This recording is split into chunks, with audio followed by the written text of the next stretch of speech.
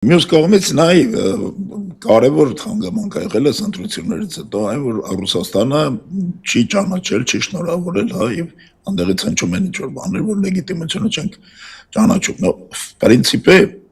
ինչ ա, ասենք աշխարհի 150 երկիր ճանաչել է, մի հատ Ռուսաստանը թող չճանաչի էլի, ինչ կլինի։ Բայց արյութես, որ Ռուսաստանը էական երկիր է Հայաստանի համար եւ մանավանդ Նիկոլի համար եւ ըստեղ ուրեմն նա կողմից լեգիտիմություն չճանաչելը կարող է բերի մեծ խնդիրների, մեծ խոչընդոտների։ Իդեպ Իրանը ճանաչել է, Իրանը շնորհավորել է։ Կարծեմ, հա։ Չեմ հիշում, չեմ կարող։ Ես էլ չեմ հիշում։ Իրանի դեպքը մի քիչ որոշ ժամանակ առաջ շատ նեղացած, դառնացած ինչ որ խոսք էին նաև ասում, քննադատելով Նիկոլ Փաշինյանի,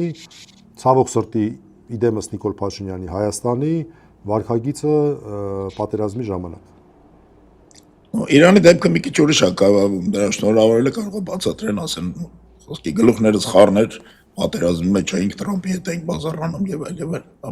Այդտեղ կարևոր է Ռուսաստան։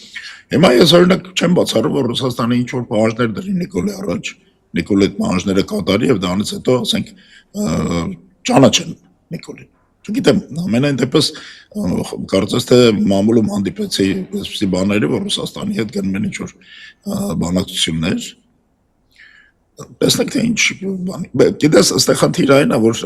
անվստահելի գործընկեր է էլի Նիկոլը։ Անընդհատ նրա առաջ դրել են պահանջներ, նա կատարել է մի մասը կրուտի տալել, հա, հիմա կարծես թե հոգրել են այդ պահանջները։ Բայց այնուամենայնիվ չպետք է բացառել, որ Նիկոլը կգնա ինչ-ինչ զիջումներ Ռուսաստանի հանդեպ, ամբողջ խնդիրը այն է, որ այն զիջումները, որ նա գնում է Ռուսաստանի հանդեպ, այդ զիջումները մտնում են լրիվ հակադրության մեջ, այն ամեն ինչին, ինչ որ նա անում է արևմուտքի հետ կապված, կամ Ադրբեջանի հետ կապված, հա։ Այս է խնդիրը, դրա համար է նա հայտնվել ինչ որ թակարդի մեջ։